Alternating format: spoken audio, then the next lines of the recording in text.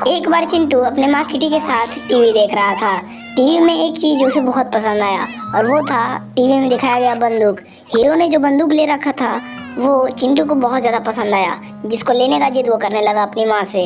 इसके लिए किटी परेशान हो गई कि अब कहाँ से ला कर दें। इसके लिए वो घर से बाहर निकली कमाने के लिए। घर पर चिंटू अकेला माँ का इंतजार कर रहा था और उसकी माँ किटी बाहर कमाने के लिए चली गई क्योंकि पैसे नहीं थे। बाहर कमाने के लिए उसने सबसे पहले होटल में काम करना शुरू किया। होटल में कमाने के लिए होटल के मैनेजर ने उसे बहुत सारा काम दिया। उसने सबसे पहले आटा गूंथना शुरू किया। आटा गूंथने के बाद वो इधर उधर काम की तलाश करने लगी। उसके बाद उसे पिज्ज़ा बनाने को दिया गया। पिज्ज़ा बनाकर फटाफट उसने उसको मशीन के अंदर डाला और मशीन को अच्छे से बंद कर दिया। ये तो इधर काम कर रही थी, पर चिंटू घर में अकेले रात को इंतजार कर रहा था अपनी माँ की कि कब वो बंदूक खरीद कर लाएंगी। सभी लोगों के खा लेने के बाद इसकी माँ फटाफट बर्तन धोना शुरू करती है। किटी इतना प्यार से बर्तन इसलिए धो पा रही है क्योंकि वो हमेशा ये सोचती है कि इस तरह के काम करने से वो कुछ पैसे कमा पाएगी, जिससे उसको बेटे को बंदूक मिल पाएगा। आखिर किसी भी माँ की खुशी उसके बेटे की खुशी नहीं होती है। तो आखिरकार काम करने के बाद उसे कुछ पैसे मिलते हैं, जिसे लेकर वो सीधे बंदूक वाले दुकान पर पहुंच जाती है। सुबह हो चुका था। बंदूक वाले दुकान पर पहुंचने के बाद वहां से वो बंदूक को खरीदती है और उसे बंदूक मिल जाती है। बंदूक को लेने के बाद वो सोचती है कि मैं सीधा घर निकलूं, और होता भी ऐसा ही है। वो सीधा घर जाती है। दरवाज़ा खोलते ही वो सोचती है कि वो चिंटू को बंदूक देकर खुश कर देगी, और चिंटू जैसे ही बंदूक देखता है वो पूरा खुश होकर झूम जाता है। वो देखकर नाचने लगता है, जैसे लगता है बाहर आ गया हो। वो बंदूक को लेकर खेलने लगता है। वो बहुत खुश होता है। उसको देखकर उसकी माँ भी खुश हो जाती है, और इसी तरह चिंटू और किटी हंसी खुशी जिंदगी व्यतीत करने लगते हैं। एक बार की बात है, किटी अपने बेटे चिंटू के साथ बारिश होने के बाद मशरूम तोड़ने गई थी। वहीं पर उन्हें एक काला कलर का बच्चा दिखाई देता है जो पानी में गिरकर मैला हो चुका था। उसको लेकर किटी अपने गाड़ी में बिठाकर घर चल देती है। वो सोचती है कि इस बच्चे का ध्यान रखेगी और इसे पाल पोस कर बड़ा करेगी। इसे घर ले जाने के बाद किटी और चिंटू मिलकर इसे अच्छे तरीके से नहलाते और धोते हैं। चिंटू साबुन लगाता है और उसकी माँ धोती है। बहुत अच्छे तरीके से साफ सुथरा करने के बाद किटी चिंटू से टॉवल मंगाती है और उस टॉवल को लेकर किटी उसे पोंछने लगती है। किटी बहुत अच्छे तरीके से उस बच्चे को पोंछती है और उस पर लगा सारा पानी को सुखा देती है। उसके बाद किटी दोनों के लिए खाना पकाना शुरू करती है। किटी सबसे पहले एक मछली लेती है और उसे काटना शुरू करती है। उस मछली को काटने के बाद किटी उसे फ्राई करने ले जाती है।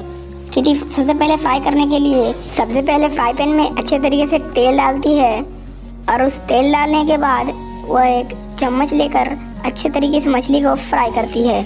उड़ा उड़ा कर फ्राई करते देख उसके दोनों बच्चे खुश हो जाते हैं और झूमने लगते हैं। इस तरह से किटी उन लोगों के लिए खाना बनाती है, और खाना बनाने के बाद वो खाना खिलाना शुरू करती है। किटी काले बच्चे को मछली खिलाती है ताकि उसे कुछ एनर्जी मिल सके और वो सेहतमंद रह सके।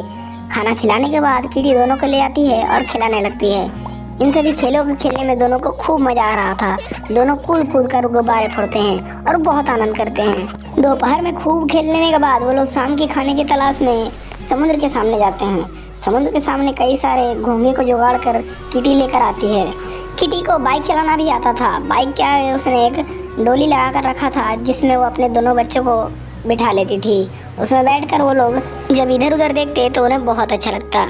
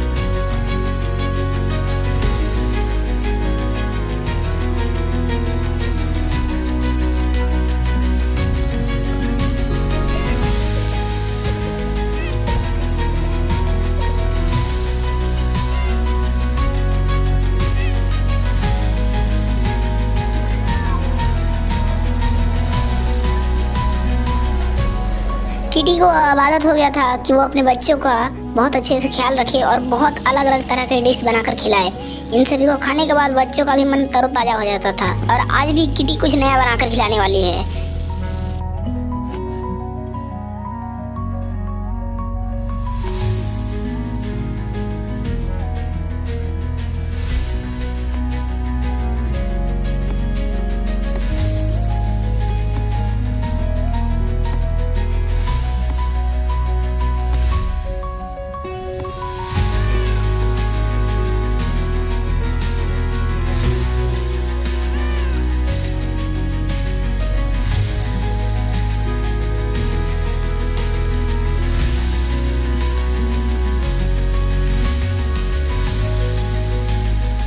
बहुत देर मेहनत करने के बाद किटी ने फाइनली चिकन पकौड़ा बनाया है और यह खाने में बहुत ही स्वादिष्ट लग रहा है बच्चों को। चिकन पकौड़ा खाने के बाद तीनों आराम करते हैं और किटी सोचती है कि बच्चों को अगले दिन क्या खिलाया जाए।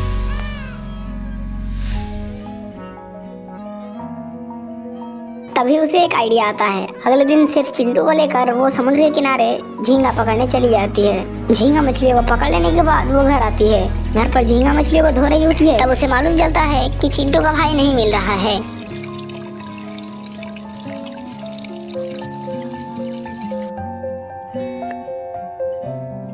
तुम कैसे दूर हो गए,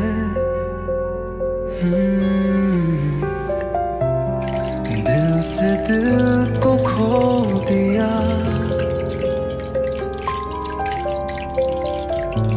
हवाओं में बातें रह गई,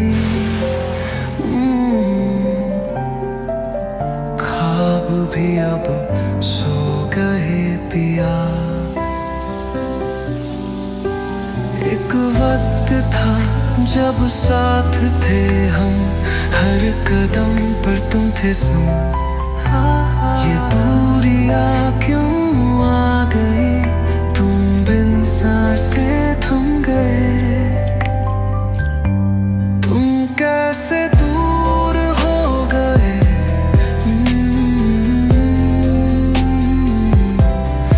मुझसे ये रिश्ते छूट गए। आंखों में आंसू भर आए, दिल के सारे गीत मुरझाए। तुम कैसे दूर हो गए, क्या मेरी थी कोई खता। हर धड़कन में बस यही तुम थे मेरी वो सदा। तुम्हारी यादें बुलाती हैं,